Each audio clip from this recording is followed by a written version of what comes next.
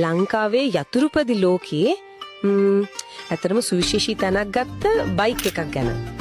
ඔව් අර ස්ට්‍රීට් කින් කියලා කිව්වා Yamaha FZ version 1 එක නේද? හරියටම හරි. FZ V1 එක ඒ කාලේ තරුණියෝ අතරේ පිස්සුවක් වගේ තිබ්බ බයික් එකක් නේ. මේක ලොකු වෙනසක් කරපු බයික් එකක් කියලා. ඔව් ඒක ඇත්ත. ඉතින් අපි බලමු මොකද්ද මේකට හේතුව? ඇයි මේ FZ එක මෙච්චර ජනප්‍රිය වුණේ? මොනවද ඒකේ තිබ්බ විශේෂ දේවල්? ඇත්තට මේ ජනප්‍රියත්වයට හේතු කීපයක්ම තියෙනවා. අපිට තියෙන විස්තර අනුව විශේෂම පටන් ගන්න ඕනේ එන්ජින් එකෙන්. එන්ජින් එක. ඔව් ඒක 153 cc අර වාතයෙන් සිසිලන ඒ කියන්නේ එයා called SOH single overhead camshaft engine එකක්. ඒක විශේෂත්වය තමයි අර නගරයේ ඇතුලේ පදිනකොට අඩු වේගවලදී හොඳට ප්‍රතිචාර දක්වන විදිහට කියන හොඳ පිකප් එකක් එන විදිහට හදලා තිබීම. කියන්නේ දැන් අර කඩදාසි වල තියෙන බලාගයන්ට වඩා පාරේ යනකොට දැනෙන එක වැඩි වගේද? මොකද 14 PS බලයයි 13.6 nm ටෝක් එකයි කියන්නේ අද කාලේ හැටියට එච්චර ලොකු ගණන් නෙවෙයි නේද? ඔව් ඒක තමයි කාරණේ. බලය උපරිම නැති වුණාට නගරේ ගමනට අවශ්‍ය තැනදී අවශ්‍ය බලය දෙනවා. අපේ සටහන් වල තියෙනෝ නේද? ඒකේ අර සුමට බව, ස්මූත්නස් එහෙම පාලනය කරන්න ලේසි බව, හෑන්ඩ්ලින් එහෙම ගොඩක් හොඳයි කියලා. හරියටම හරි. ඒක හරිම සුමටයි. ගිය 5 පද්ධතියත් අලුතින් පදින කෙනෙක්ට උනත් හරිම ලේසි කියලායි කියන්නේ. ඒක ජනප්‍රියත්වයට හේතුවක් වෙන්නේ නැති නේද? අනිවාර්යෙන්ම අර ස්ට්‍රීට් කින් නම හැදුනේ ඒ නිසා වෙන්නේ නැති. පාරේ රජා වගේ. හැබැයි අනිත් ප්‍රධානම දේ තමයි පෙනුම. ඔව් පෙනුම. විශේෂයෙන්ම අර පස්සේ ටයර් එක.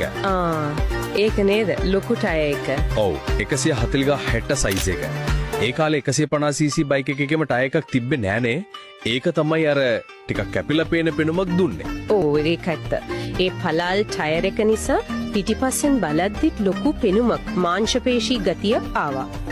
ඒකටම හරියන්න අර ටැංකිය ටිකක් ලොකුවට මාංශපේශී විදිහට මස්කියුලර් ෆියුවල් ටැංක් කඩුවා. සම්පූර්ණ බයික් එකම අර නේකඩ් ස්ටයිල් එකට ස්ට්‍රීට් ෆයිටර් පෙනුමකට ආවම ඇත්තටම ඒක කැපි පෙනුණා. අනිත් බයික් අතරේ වෙනස්ම එකක් වුණා. බරත් එච්චර නෑ නේද? 135 කිලෝග්‍රෑම් වගේ ඒකත් පාලනයට ලේසි වෙන්නේ නැති. අනිවාර්යයෙන්. බර අඩුයි, හැඩේ හොඳයි. ඉතින් නගරයේ ට්‍රැෆික් එකේ හැම පදින්න හරිම ලේසි. එතකොට ටැංකිය ලීටර් 12යි කිව්ව නේද? තෙල් කොහොමද කරන්නේ? අපේ තොරතුරු වල තියෙන්නේ ලීටරයට කිලෝමීටර් 40-45ක් වගේ සාමාන්‍යයෙන් දුවනවා කියලා. ඒ කියන්නේ නරකම නෑ. නෑ පෙනුමයි නගරේ පාවිච්චියයි එක්ක බලුවම ඒක හොඳ ගාණක්. ඉතින් පෙනුම විතරක් නෙවෙයි. එදිනෙදා වැඩට කරන් යන ප්‍රායෝගික බයික් එකක් වුණා. හොඳයි. එතකොට මේ හැමදේම එක්ක අද කාලේ මේ FZ V1 එකක් ගන්නව නම් පාවිච්චි කරපු එකක් මාකට් එකේ කොහොමද මිල ගණන් යන්නේ? අපේ සටහන් වල ඒ ගැන මොනවද තියෙන්නේ? දැනට ලැබිලා තියෙන විස්තර අනුව නම් හොඳ තත්ත්වයකත් ලක්ෂ 5.5ත් 7.5ත් අතර ලගේ ගානකට හොයාගන්න පුළුවන් කියලා පේන්නේ. ඒ කියන්නේ තාමත් හොඳ ඉල්ලුමක් තියෙනවා.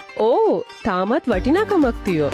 ඒකයි බයික් එකේ සාර්ථකත්වය පෙන්වන දෙයක්. එහෙම නයි. ඉතින් මේ ඔක්කොම එකතු කරලා බැලුවම අපිට තේරෙනවා Yamaha FZ V1 එක මෙච්චර හිටුනේ කියලා. අර ආකර්ශනීය වෙනස් පෙනුම, විශේෂයෙන් අර පළල් ටයර් එක, ස්ට්‍රීට් ෆයිටර් ස්ටයිල් එක, නගරයට ගැලපෙන එන්ජිම, පදින්න ලේසි බව. ඔව් සාධාරණ තෙල් කාර්යක්ෂමතාව.